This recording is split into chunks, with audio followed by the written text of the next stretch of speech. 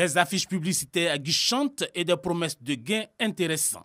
C'est sans doute ce qui motive Bernardin à vouloir investir en bourse. Agent dans une petite société d'édition, il a toujours regardé la bourse comme un monde d'initiés. Je m'intéresse davantage à la bourse maintenant parce que je vois que son épargne ou son investissement est en sécurité en fait. Toutefois, je note quand même qu'il y a un mystère autour de la bourse en Afrique, bon, dans ma région, dans la sous-région. Et c'est ce qui fait que je continue donc de chercher donc, à comprendre davantage. Aujourd'hui, séance de sensibilisation conjointement organisée par la Bourse régionale des valeurs mobilières et une organisation de la société civile à l'intention des entreprises, des particuliers et des jeunes curieux d'en savoir sur le fonctionnement des marchés boursiers. Il faut travailler à ce que plus d'entreprises de notre union viennent sur le marché par différents canaux. Les privatisations, les sorties de fonds de private equity et évidemment les admissions volontaires. Il nous faut plus de sociétés, il nous faut plus d'émetteurs. La bourse doit être démystifiée. Démystifier la bourse, voilà le gros travail auquel les institutions liées au marché financier s'attellent. Objectif, convaincre que la bourse n'est pas réservée exclusivement aux professionnels de la bourse, aux traders ou aux financiers, mais qu'elle est naturellement ouverte à tous, y compris aux investisseurs occasionnels. Il ne faut pas avoir peur de la bourse, il faut se dire simplement que la bourse permet de mieux rentabiliser son épargne, mais même s'il y a des risques, il y a des instruments d'atténuation de risques.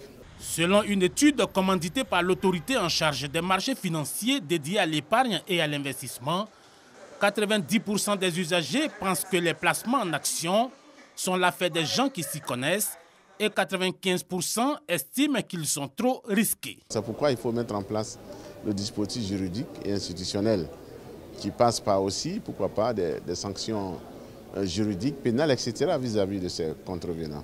L'économie numérique est comme une sorte d'autoroute qu'il faut créer pour permettre à ce que l'accès à l'autoroute soit libéré et libéralisé. Cotonou, capitale du Bénin.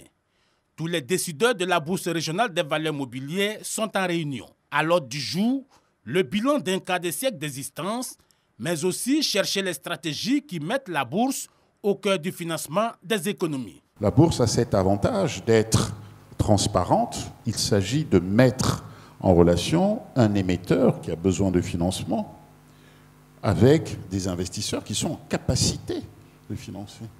C'est un outil de financement à long terme.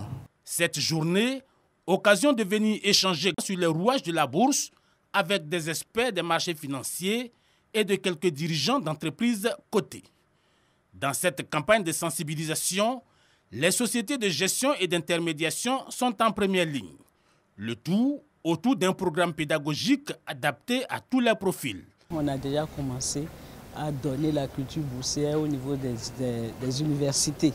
On va les voir, on leur pose, on leur parle de la bourse, on travaille ensemble, ils ont créé des clubs d'investissement. Aujourd'hui, ils sont heureux de savoir qu'avec la digitalisation, ils peuvent, à travers leur club, aller directement faire les investissements sur le marché. L'autre défi, intégrer le facteur risque.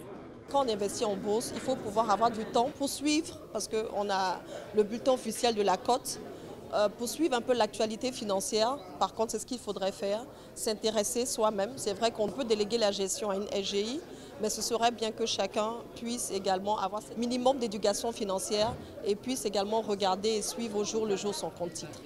Signe de cette volonté des acteurs, la mise en puissance d'un troisième segment pour les petites et moyennes entreprises.